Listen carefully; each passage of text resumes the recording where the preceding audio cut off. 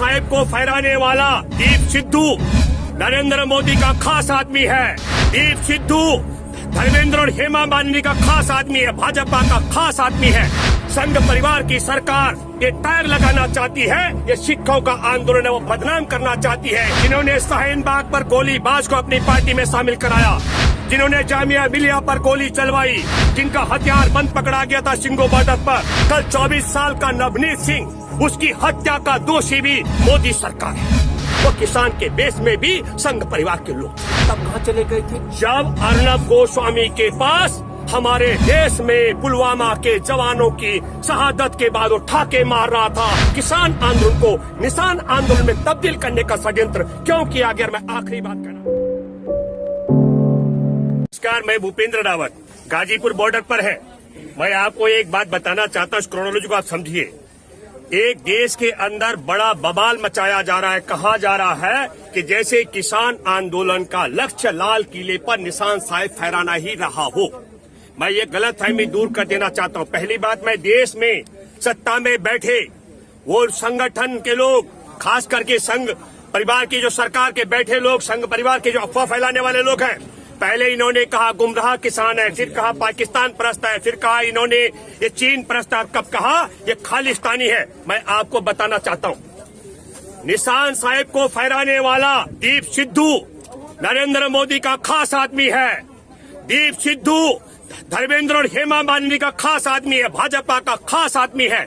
मैं ये बात इसलिए कहना चाह रहा हूँ, ये किसान आंदोलन है, निशान साहिब फहराने का आंदोलन नहीं था। मैं आपके माध्यम से एक अपील करना चाहता हूँ, मैंने बार बार कहा, ये इस देश के किसानों का आंदोलन है, ये सिख धर्म का आंदोलन नहीं है। पर योजनाबद्ध तरीके से षड्यंत्र के तहत संघ परिवार की सरकार ये टैग लगाना चाहती है, ये सिखों का आंदोलन है, वो बदनाम करना चाहती है कि हमारा लक्ष्य सिर्फ जो है वहाँ पर झंडा फहराने का था, न केवल तिरंगा का अपमान की बात भी आ रही है। मैं कल एक जगह चर्चा में था, मैं आपको बताना चाहता हूँ, दीप सिद्धू के फोटो वायरल हो रहे हैं। मैं एक बार डंके की चोट पर बोलता हूँ, कुछ लोगों ने मेरा वीडियो चलाया कि ये संघ सरकार के इशारे पर जिन्होंने शाहीन बाग पर गोलीबाज को अपनी पार्टी में शामिल कराया, जिन्होंने जामिया मिलिया पर गोली चलवाई, जिनका हथियार बंद पकड़ा गया था सिंगो बॉर्डर पर, उन्होंने ही कल यहाँ पर तिरंगा की जगह दूसरा झंडा फहराने की बात की अफवाह फैलाई है। तिरंगा अपनी जगह कायम था, इस बात को भी आपको समझना पड़ेगा,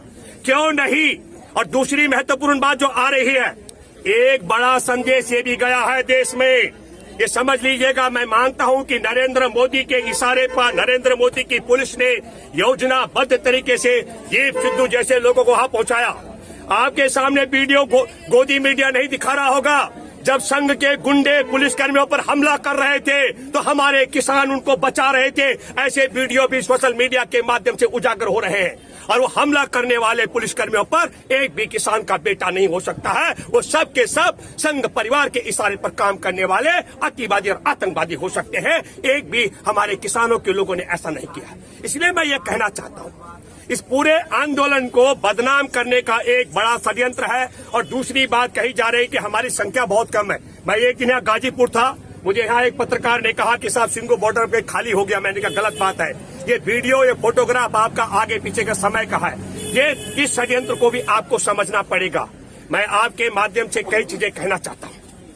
आज हमारे से कहा जा रहा है, मैं आप सबके माध्यम से एक बात जानना चाहता हूँ, जब कोरोना काल था तब अगर बहुत जरूरी थे 3 काले कानून को अध्यादेश के जरिए लाने का, तो भारत की सरकार अगले 1.5 साल तक इनको टालने की बात क्यों कर रही है? इसका मतलब ये है कि इन कानूनों को अगर अगले 1.5 साल और टाला जाए तो मोदी जी देश को कोई नुकसान होने वाला नहीं है। ये नुकसान किसका होना? किसानों को तो बिल्कुल नहीं, किसानों की तो कुर्बानियां जाएंगी। और दूसरी महत्वपूर्ण बात मैं जरा सवाल करना चाहता हूँ सत्ता में बैठे लोगों को और गोदी मीडिया को कि आप मुझे बताइए, भारत की सरकार मान चुकी है इनमें 18 खामियां हैं, तो क्यों नहीं मोदी सरकार इसको संशोधन की बजाय खारिज करना चाहती है? 125 से ज्यादा किसानों की हमारी शहादत हो गई है। कल 24 साल का नवनीत सिंह, उसकी हत्या का दोषी भी मोदी सरकार है। कल लाल किले पर जो हम ऊपर जाकर के पुलिस पर हमला करने वाले लोगों को उकसाने का काम भी मोदी सरकार, और मैं दावे के साथ में कह सकता हूं ये मोहन भागवत के इशारे पर हुआ है। हमारे देश का किसान आंदोलन जुलाई से लेकर के आज तक निरंतर चल रहा है। कल हमारे किसान युवा भूखे थे, उनकी जेब में रोटियां नहीं थी। पिछले 7 महीने से क्या हमारे किसान पत्थर लेके घूम रहे हैं क्या? हमारे एक एक किसान जांच कर रहा था, हमारे पास किसी का नहीं। वो पत्थर आईटीओ में जो दिखाए गए, मैं दावे के साथ में कह सकता हूं, वो किसान के बेस में भी संघ परिवार के लोग थे। क्यों नहीं इसकी जांच हो रही है? कोई नहीं। अब कहा जा रहा है किसान दिल्ली के अंदर क्यों आए। एक बात मैं आपके माध्यम से कहना चाहता हूं, जिस दिन हमारे किसानों को रोका गया था सिंगू बॉर्डर पर, टिकरी बॉर्डर पर, तब हमारे को दिल्ली में कहा जा रहा था हम आपको एक सत्संग का ग्राउंड देंगे। कौन सा वाला? बुराड़ी में निरंकारी का। हमने तत्काल सवाल उठाया क्योंकि हम अलग अलग जगह थे, कमेटी के लोग मीटिंग नहीं कर सकते थे। हमने दावे के साथ कहा हमारे किसान, हम दिल्ली में 3 काले कानून को वापस कराने के लिए और न्यूनतम समर्थन मूल्य की गारंटी का कानून बनाने के लिए आ रहे हैं, हम दिल्ली में सत्संग करने नहीं आ रहे। अब दूसरा सवाल पुलिस कह रही है।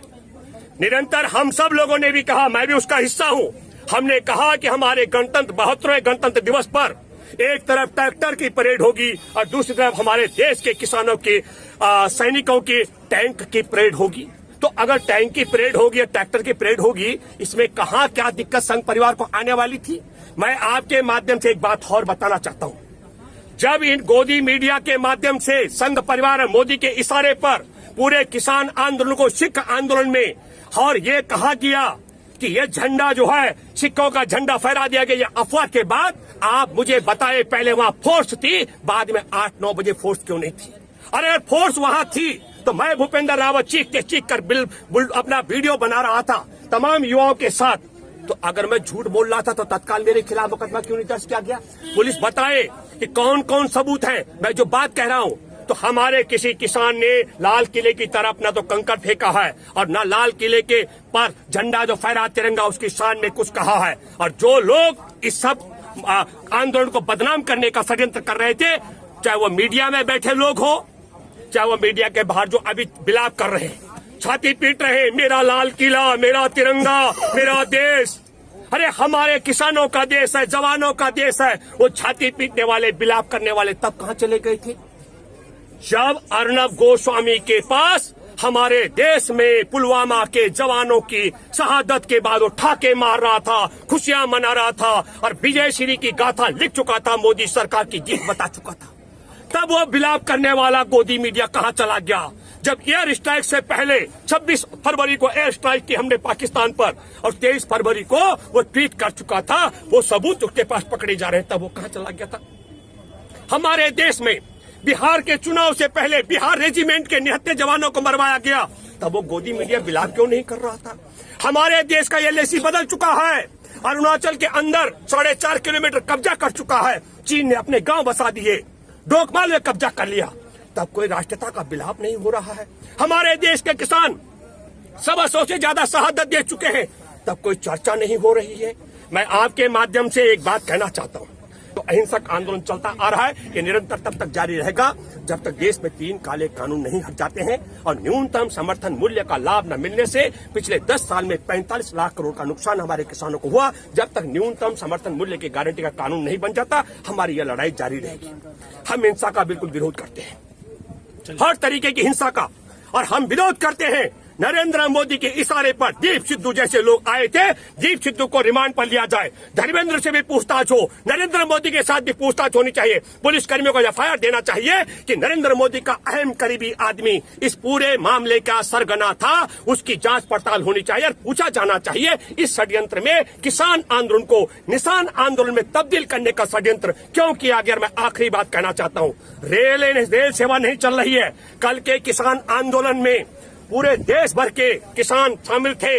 बस मैं फिर दोबारा कहना चाहता हूं, मोदी जी आप चाय वाले की सच्ची औलाद हैं तो चला दो एक बार रेल को और फिर देख लो पूरे देश के किसान दिल्ली आने वाले हैं। और अभी हमारा अगली बार जो दिल्ली में संसद में पैदल मार्च होना है, उस दिन भी लाखों लाख किसान हमारे दिल्ली आने वाले हैं। मैं उम्मीद करता हूं कि चाय विक्रेता देश विक्रेता बन चुका, एक बार रेल चला देंगे अगर संसद सत्र में जो शुरू होने वाला बजट सत्र। तो मैं दावे के साथ कहता हूँ जिंदाबाद किसान मजदूर एकता, जिंदाबाद किसान मजदूर एकता, जिंदाबाद।